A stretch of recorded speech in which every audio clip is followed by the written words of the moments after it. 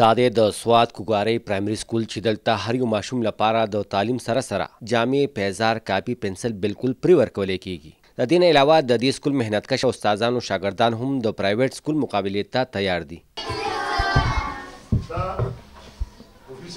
بچو ملټیپلیکیشن څه ته وایي؟ repeated addition of a number is called multiplication. زبردست، بچو که زه تا ته په انګلیش کې ووایم چې انټروډیوس یور سیلف نو ته به وکړې؟ Yes, sir. څنګه؟ My name is Muhammad Iqbal. I read in class 3rd. My school name is Government Primary School Kukari. بچو که زه تا ته ووایم ته خو پکې زموږ د صمد خان زوی او په کار دی چې ډېر تکړه یې. انټروډیوس یور سیلف. My name is Baba Rayhan. My father name is Samad Anjum. I read in class 3. ماشاءالله ماشاءالله ماشاءالله. بچو تاسو چې کله چوټي غواړئ نو اپلیکیشن دله ستاسو مور پلار لیکي یا تره در لیکي او که پخپله لیکئ؟ څوک پخپله لیکلی شي؟ ماشاءالله ماشاءالله.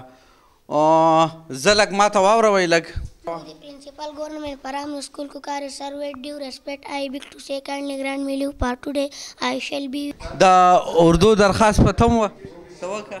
خدمت جناب हेडमास्टर साहब government primary school कुकारी. خدمت جناب headmaster government primary school कुकारी. عنوان درخواست برای بیماری جناب علی مدبانه گزارش. دا به څوک وکړي؟ بلکې دلته به یې درته نور هم ګران کړم، ترې مو ورسره ملګری کړو. څوک به یې وکړي؟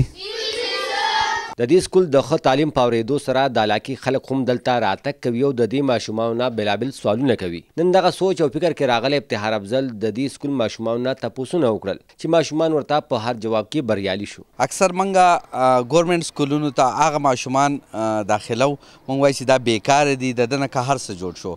خو د کوکارۍ هیډماسټر صاحب صدیق صاحب یو داسې تاریخ جوړ کو چې ماشومانو له دونه مینه محبت ورکو چې د هغوی سره خپله تنخواه شریکوي، په هغې وله جامې علي، په هغې وله پیزار علي، د خپل سکول په نوم باندې د هغو نوټبوک یې جوړ کړي دي، هغو له نوټبوک یې ورکوي.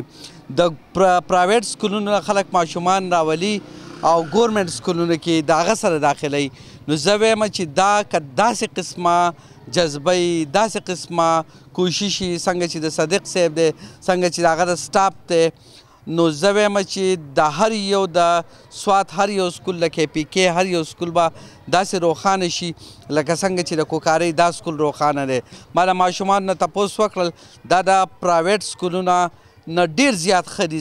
دوی چې پې کم محنت کوي زه وایم چې دې ته خراج تحسین پکار دی. په سرکاري سکول کې همیشه غریبان او بېوسه خلک زده کړې کوي، خو د کوکارۍ پرایمري سکول کې د ښه تعلیم له وجې وس لرونکي خلک هم خپل بچي دلته راولي، ولې چې دلته د تعلیم سره نور ډېر سهولتونه ورکولی کیږي.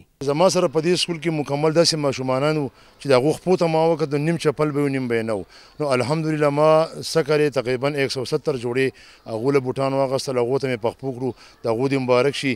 د هغې نه علاوه تقریبا 200 ماشومان له موږ کپړې واغستې، اوس هم د ټیلرانو سره دې جوړېږي، راوړي موږ یې تقسیمو، د هغه هم د الله د رضا لپاره ورکو.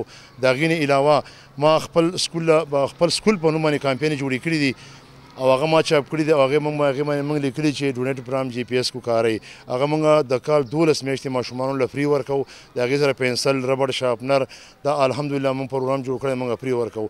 د دې نه بل علاوه ما په خپل سکول کې یو پروګرام داسې جوړ کړی دی چې کم ماشوم سکول ته روزانه راځي، دغه کامپین یې کمپلیټ وي، دغه سکول سره مینه محبت وي، نو هغه له زه په هره میاشت کې انعامونه ورکوم د دې دپاره چې د هغه نور هم ښه شي او زما د دې مشرانو د دوا برکت دی.